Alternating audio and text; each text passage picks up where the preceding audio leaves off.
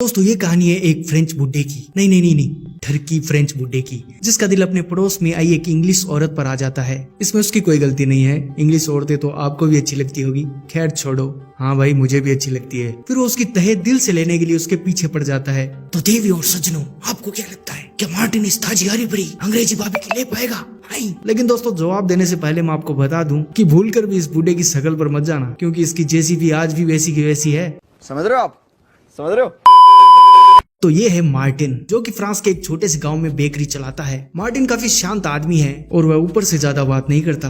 आगे Martin bread बनाते वक्त उसे जला देता है। उसकी वाइफ के पूछने पर मार्टिन उसे बताता है कि वह चार्ली के बारे में सोच रहा था कि कहीं वह सुसाइड ना कर ले। इस पर उसकी वाइफ कहती है तू अपना काम करना। आगे मार्टिन अपने पड़ोसी चार्ली के घर पर आता है, जहां चार्ली अपनी वाइफ गेमा के कपड़े चला रहा था। अब वह ऐसा क्यों कर रहा था यह हमें फ्लैशबैक में पता चलेगा। तभी मार्टिन को बॉक्स में गेमा की डायरी दिखती है, जिसे वो पार कर लेता है, मतलब चोरी कर लेता है। वहीं घर आने पर मार्टिन डायरी पढ़ना शुरू करता है और अब हमें फ्लैशबैक में ले जाया जाता है। ये उस दिन की बात है जिस दिन चार्ली अपनी बीवी के साथ इस गाँव में आया था, ताकि वो अपनी बाकी की जिंदगी इस गाँव में शांति से बिता सके। इन दोनों को नया देखकर मार्टिन उनके घर पर जाकर अपना इंट्रोडक्शन देता है और उनका अपने गाँव में वेलकम करता है। इसके कुछ दिन बाद गेमा और चार्ली बेकरी पर ब्रेड खरीदने जाते हैं, जिस दौरान मार्टिन गेमा की खूबसूरती को देखकर उसे देखता ही रह जाता है। आगे जब मार्टिन घर जा रहा था तभी इत्तेफाक से एक बार फिर उसकी मुलाकात गेमा से होती है और फिर मार्टिन उसे एक खूबसूरत से गार्डन को दिखाने के लिए ले जाता है, जिसे देखकर गेमा को बहुत अच्छा लगता है। अब उसी रात चार्ली मार्टिन के घर आता है और कहता है सर जी मेरे घर की बिजली चली गई है। इसलिए मार्टिन उसके घर चेक करने के लिए जाता है और अपना मार्टिन सस्ता मैकेनिक होता है, तो वो किसी तरह जुगाड़ लगाता है और घर की लाइट चालू कर देता है। अब यहाँ पर मार्टिन की वाइफ भी आ जाती है और फिर चारों बैठकर गप्पे लड़ाते हैं। लेकिन इस दौरान अपना मार्टिन तो बेशर्मों की तरह गेमा को ही बुरे जा रहा था। अब ऐसे करते करते कुछ दिन बीत जाते हैं और एक दिन गेमा फिर से मार्टिन की बेकरी आती है। इस बार मार्टिन उससे पूछता है कि क्या तुम्हें जानना है कि मैं ब्रेड कैसे बनाता हूँ। फिर मार्टिन उसे पीछे वाले कमरे में ले जाता है, जहाँ पर वह ब्रेड बनाया करता था। वो गेमा को ब्रेड बनाना सिखाता है। वहीं ब्रेड बनाने के दौरान अपनी गेमा को गर्मी लगने लगती है, तो वो अपना स्वेटर उतार देती है। यह देख मार्टिन के पसीने छूट जाते हैं और वो गेमा की बॉडी को निहारने लगता है। भाई लोग यहाँ पे कुछ नहीं होता और ये सीन यही कट हो जाता है। चीटिंग करता है तू। अगले सीन में हम देखते हैं कि मार्टिन और उसकी वाइफ चार्ली और गेमा के दोस्तों के साथ उनके घर पर लंच कर रहे होते हैं। ये दोस्त भी उनके पड़ोसी हैं और ये भी इंग्लैंड के हैं। मेरे को तो ये भी काफी अच्छी लगी। आपको कैसी लगी कमेंट में जरूर बताइएगा। उसके बाद गेमा की दोस्त उसे अपने साथ अपना घर दिखाने के लिए ले जाती है, जहाँ गेमा की दोस्त उसे बताती है कि लड़कियों को हमेशा अपनी बॉडी का ख्याल रखना चाहिए ताकि वो मर्दों को अपनी तरफ अट्रैक्ट कर सके। ये बात गेमा को काफी सही लगती है। अगले दिन से अपनी गेमा भी फिटनेस पर ध्यान देना शुरू कर देती है। आगे हम मार्टिन को देखते हैं, जो रास्ते में गेमा को मिलता है। वह गेमा को पूछता है काफी दिन हो गए तुम हवेली पे नहीं आई, मतलब बेकरी पे नहीं आई। तो गेमा बताती है कि वह डाइटिंग पर है, इसलिए उसने कुछ दिनों से ब्रेड खाना बंद कर रखा है। यह बात खत्म करके गेमा वहाँ से जा रही होती है, तभी अचानक उसकी पीठ पर कीड़ा काट लेता है, जिससे गेमा को काफी दर्द होता है। इसलिए वह जोर से चिल्लाकर मार्टिन को अपने पास बुलाती है। मार्टिन जल्दी से उसके कपड़े उतार के उसकी पीठ चेक करता है। वो गेमा को बताता है कि ये काफी जहरीला कीड़ा है, मुझे इसका जहर चूस के निकालना होगा। गेमा के पास और कोई चारा नहीं था, उसने कहा चूस ले भाई। यह सुनते ही मार्टिन उसका जहर चूस कर बाहर निकालने लगता है। उतने में कबाब में हड्डी बनकर हर्ब आ जाता है। वो मार्टिन को ऐसा करते हुए देख उससे पूछता है यहाँ क्या चल रहा है। मार्टिन उसे पूरी सिचुएशन समझाने ही वाला था, तभी अपनी नाजुक सी गेमा बेहोश होकर नीचे गिर जाती है। यह देखकर हर्ब और मार्टिन उसे तुरंत हॉस्पिटल लेकर जाते हैं, जहाँ डॉक्टर गेमा को इंजेक्शन लगाकर उसे उनके साथ घर भेज देता है। अब घर आते टाइम गेमा मार्टिन के कंधे पर सर रखकर सो जाती है, जिससे अपना मार्टिन काफी ज्यादा खुश हो जाता है और नीचे उसका नाग नागिन डांस करने लगता है। अब वो दोनों गेमा को घर छोड़ देते हैं। अगले सीन में अपना मार्टिन बेकरी के बाहर खड़ा होकर सुट्टा मार रहा था, तभी वो मार्केट में गेमा को देखता है, जो कि हर्ब से बातें कर रही थी। मार्टिन उसे देखकर अंदाजा लगाता है ये इसके साथ क्या कर रहा है, इसकी तबीयत के बारे में पूछ रहा होगा। लेकिन वो मन ही मन में जान गया था कि एक दिन ये हर्ब इसे अपनी हर्बल जड़ी बूटी जरूर पिलाएगा। आगे जब हम गेमा को सुपरमार्केट में वाइन खरीदता देखते हैं, तभी वापस से हर्बल जड़ी बूटी वाला टपक पड़ता है और वो उसे अपनी फेवरेट वाइन का नाम बताता है। गेमा वही वाइन खरीदती है। इससे हमें साफ पता चलता है कि गेमा की गुफा में आग लग चुकी है। आगे मार्टिन को देखते हैं, जो कि ब्रेड की डिलीवरी करके घर वापस आ रहा था। तभी वो गेमा को कहीं जाते हुए देखता है, इसलिए वो वही रुक जाता है। वो देखता है गेमा हर्ब के घर के अंदर जा रही थी। ये देख मार्टिन को काफी टेंशन होने लगती है। आखिर ये इसके घर में क्या करने गई होगी, शायद ये इसके साथ बैठकर ड्रिंक पिएगी। लेकिन मार्टिन की सोच गलत साबित होती है, क्योंकि उसी रात मार्टिन जब गेमा के घर डिनर करने जाता है, तो वह गेमा के गले पर एक निशान देखता है, जिसे देख वह तुरंत समझ जाता है कि हर्ब ने अपनी जड़ी बूटी का पहला डोज दे दिया है। यह देख मार्टिन के दिल को काफी ठेस पहुंचती है, क्योंकि हर्ब की जगह वो खुद होना चाहता था। चाहता तो मैं भी हूँ। पर चाहने से क्या होता है, दिन रात मेहनत करनी पड़ती है। अगले दिन मार्टिन हर्ब को देखता है जो कि काफी टेंशन में होता है, इसलिए मार्टिन उसके पास जाकर पूछता है, क्या बात है, तुम काफी टेंशन में लग रहे हो। यह सुन हर्ब उसे बताता है, भाई मैं पढ़ाई पर बिल्कुल भी ध्यान नहीं दे पा रहा हूँ, मेरे दिमाग में उल्टे सुल्टे ख्याल आते हैं भाई। इस पर मार्टिन उसे सुझाव देता है कि तुम हाथ वाथ का चक्कर छोड़ो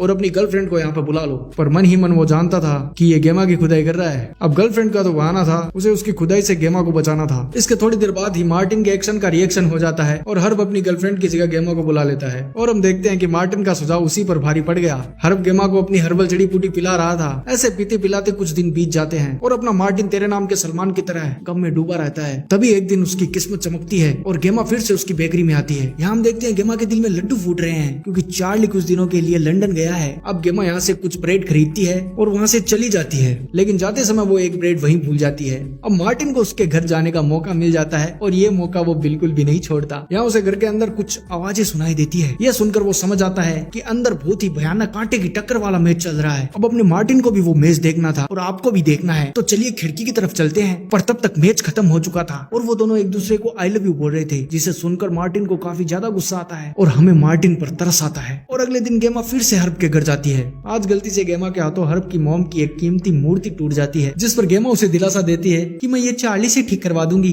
अब जाने से पहले गेमा हर्ब को कहती है कि क्यों ना हम दोनों लंदन भाग चलें, तुम भी अपने घर वालों से छुटकारा पाओगे और मैं भी अपने पति से। हर्ब भी इस बात पर राजी हो जाता है। अगले सीन में गेमा को एक लेटर मिलता है, जिसे पढ़ने के बाद वह हर्ब के पास जाने के लिए निकलती है। इधर हर्ब की माँ वापस आ गई थी और मूर्ति ना मिलने की वजह से वो मूर्ति के बारे में पूछती है। इस पर हर्ब कहता है कि मूर्ति पर स्क्रैच आ गए थे और काफी पुरानी लग रही थी, इसलिए मैंने उसे पड़ोस में रह रहे इंग्लिशमैन को रिपेयर करने के लिए दे दी। इधर गेमा हर्ब से मिलने के लिए उसके घर आ रही थी। तभी हर्ब उसे मैसेज कर देता है कि वो उसके साथ लंदन नहीं आ सकता। यह देख गेमा को बहुत बुरा लगता है और उसकी आंखों से आंसू आ जाते हैं और वह घर वापस लौट जाती है। आगे हर्ब की मॉम चार्ली के पास जाकर उसे मूर्ति का पूछती है। चार्ली से बताता है कि मुझे किसी ने कोई मूर्ति नहीं दी।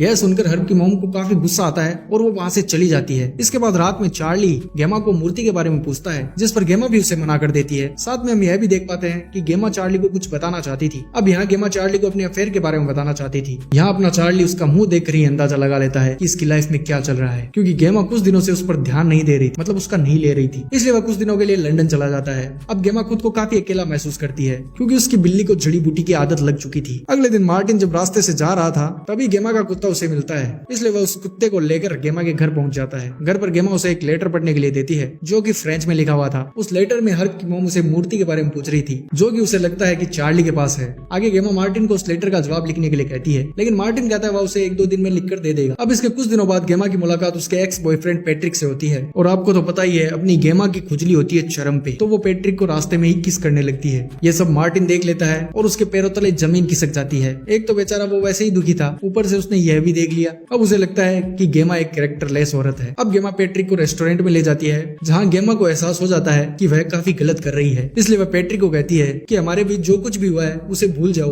क्योंकि मैं अपने पति को पहले ही बहुत धोखा दे चुकी हूँ, अब मैं उसे और धोखा नहीं देना चाहती। वह घर जाती है और चार्ली को कॉल कर देती है। वह उससे प्यार का इजहार करती है और उसे अपने घर वापस बुलाती है। चार्ली भी यहाँ काफी इमोशनल हो जाता है और वह घर के लिए निकल पड़ता है। फिर गेमा मार्टिन से बात कर रही थी, तभी उसे पता चलता है कि मार्टिन ने उसे हर्ब की मॉम का लेटर भेजा था। उसके पूछने पर मार्टिन उसे बताता है कि उसे उसकी काफी फिक्र हो रही थी और तुम्हें टेंशन में देखकर मैंने वो लेटर अच्छे इरादे से भेजा था, इसलिए गेमा उस पर गुस्सा नहीं करती और उसे एक किस देकर गुड बाय बोलती है। फिर मार्टिन के जाते ही पैट्रिक वहाँ आ जाता है। वो गेमा को घर पर अकेला पाकर उसे किस करने की कोशिश करता है। तभी बाहर चार्ली आ जाता है। चार्ली घर के अंदर जाते ही तुरंत बाहर निकलता है और मार्टिन को जोर जोर से हेल्प के लिए बुलाता है। अब मार्टिन घर के अंदर जाकर देखता है तो वहाँ गेमा मरी हुई थी। ये देख वो भी शॉक हो जाता है। अब पुलिस को बुलाया जाता है, जो कि गेमा की बॉडी को पोस्टमार्टम के लिए भेजते हैं। उसी रात जब पोस्टमार्टम की रिपोर्ट आती है तो मार्टिन को डॉक्टर से पता चलता है कि गेमा की मौत गले में ब्रेड फंसने से हुई है। ये बात फ्यूनरल में मार्टिन चार्ली को बताता है, जिस पर वो काफी शर्मिंदा होता है क्योंकि वो ब्रेड उसी ने बनाई थी। इस पर चार्ली उसे बताता है कि जब वो घर पे गया था तो उसने पैट्रिक को गेमा को पीछे से धक्का मारते हुए देखा। यह देख उसे लगा